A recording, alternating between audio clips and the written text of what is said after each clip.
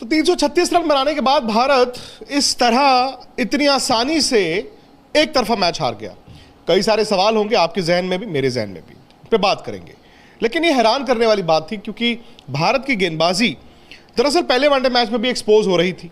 आपको याद होगा इंग्लैंड ने तब भी 14 ओवर में 135 रन बना लिए थे बिना किसी विकेट के नुकसान पर। वहां से करिश्मा हुआ, भारत ने कमबैक किया, इंग्लैंड ने पैनिक किया।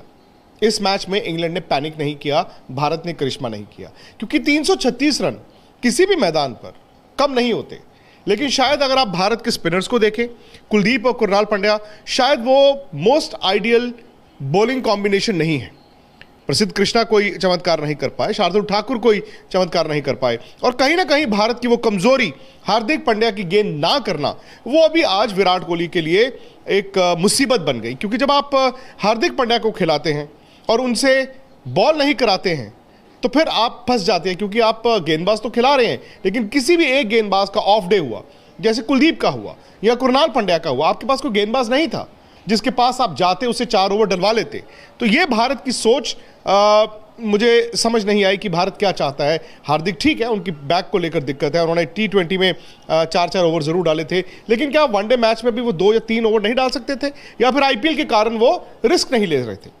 इंग्लैंड ने जबरदस्त बैटिंग की है, भले वो बेयरस्टो हो, भले वो बेन स्टोक्स हो, भले वो जेसन रॉय हो, उन्होंने वो गलती नहीं की जो उन्होंने पहले वनडे मैच में की थी। अब आप सीरीज डिसाइडर लेकर जाते हैं संडे को, और जिस तरह इंग्लैंड ने बैटिंग की है दोनों मैचों में, दूसरे मैच में मैं उनके पैनिक को अगर निकाल दूं, जिस तरह उन्होंने भारत को अटैक किया था और जिस तरह इस मैच में खेले हैं, भाई ये कहना गलत नहीं होगा कि भारत के पास गेंद वो करने वाले गेंदबाज होने चाहिए जो विकेटें ले। क्या चहल खेलेंगे? आप जाइए डाफा न्यूज पर जाकर प्रेडिक्शन कीजिए। क्या कुलदीप यादव का ये आखिरी वनडे मैच है? आप उसके लिए भी डाफा न्यूज पर जाकर प्रेडिक्शन कर सकते हैं। लेकिन मुझे लगता है कि कई सारे सवाल हैं। अब बैटिंग में भी आप देखें कि भारत की बैटिंग की अप्रोच और इंग्लैंड की बैटिंग की अप्रोच में भी फर्क था।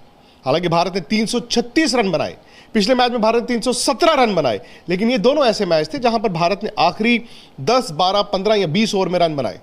लेकिन पहले के ओवरों में भारत स्लगिश दिखा है, इंग्लैंड स्लगिश नहीं दिखा है। तो शायद एक सोच यहां पर भी बदलनी होगी कंडीशंस के लिहाज से। लेकिन मुझे लगता है कि अगर भारत की हार हुई है, 336 की बजाय आपने 356 भी बना लिए होते, शायद तब भी हार होती। हाँ, शायद आप पीछे मुड़कर कहेंगे कि भारत ने 20 रन कम बनाए या 25 रन कम बनाए अगर थोड़ा अटैकिंग क्रिकेट शुरू में और खेलते। लेकिन 336 रन जब आपके पास होते हैं इंटरनेशनल गेंदबाजों के पास, कुशन तो तब भी है। इंग्लैंड ने ये सिर्फ मैच जीता नहीं है, उन्होंने भारत की गेंदबाजी को एक्सपोज भी किया है। और जो डिसाइडर है संडे को, उसके लिए भारत को तैयार होना पड़ेगा। क्योंकि कृणाल पंड्या ने भले ही पहले मैच में रन बनाए, लेकिन यह साफ है कि वनडे क्रिकेट में बड़ी टीम के खिलाफ वो 10 ओवर नहीं डाल सकते। किसी दिन उनका अच्छा दिन आएगा, लेकिन ज्यादातर जब गेंदबाज को अटैक करने बल्लेबाज जाएगा, उनके पास प्लान बी नहीं होगा, उनके पास एक ही तरह का तेज तेज गेंद है।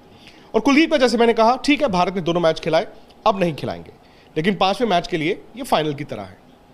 कहते हैं ना कि पूरा सीजन इंटरनेशनल आखिरी दिन पर आ गया है। जो सीजन IPL के बाद ऑस्ट्रेलिया से भारत ने आगाज किया, वो अब पहुंच गया है संडे, और आखिरी दिन एक फॉर्मेट डिसाइड होना है। भारत वनडे मैच हारा था ऑस्ट्रेलिया में, और यहां पर भी भारत नहीं चाहेगा कि वनडे सीरीज वो हारे। लेकिन अब देखना यह है कि भारत इसका तोड़ क्यों निकालता है, क्योंकि इंग्लैंड वर्ल्ड चैंपियन की तरह खेला है और इंग्लैंड ने यह साबित किया है कि आखिरी दिन वो लड़ने के लिए ही आएंगे। खैर, आप स्पोर्ट्स तक के साथ रहें, सब्सक्राइब जरूर कीजिए, और डाफा न्यूज पर जाकर तमाम तरह की प्रेडिक्शंस आप कर सकते हैं। आप यह भी कर सकते हैं कि आखिरी दिन यानी कि संडे के मैच में कहीं कुल मिलाकर 700 रन तो नहीं बनेंगे, 650 रन बनेंगे, 600 रन बनेंगे। फिर वही बात आ जाती है कि KL राहुल ने यहां पर शतक जरूर लगाया, लेकिन कोई और भारतीय बल्लेबाज शतक लगा सकता है? क्या वो रोहित होंगे? क्या वो शिखर होंगे? क्या वो विराट होंगे? ऋषभ पंत क्या एक और तूफानी पारी खेलेंगे? और भारत टीम में क्या क्या बदलाव कर सकता है? ये तमाम प्रेडिक्शंस आप कर सकते हैं डाफा न्यूज पर जाकर। और कोई भी सुझाव हो, कोई भी आपकी राय हो भारत की 11 को लेकर, वो आप मेरे ट्विटर विक्रांत गुप्ता 73 और इंस्टाग्राम विक्रांत.गुप्ता73 पर फॉलो करके आस्क स्पोर्ट्स तक हैशटैग के साथ भेज सकते हैं। स्पोर्ट्स से जुड़ी किसी भी अपडेट के लिए स्पोर्ट्स तक को सब्सक्राइब करें और हमारे फेसबुक और इंस्टाग्राम पेज को भी जरूर फॉलो करें।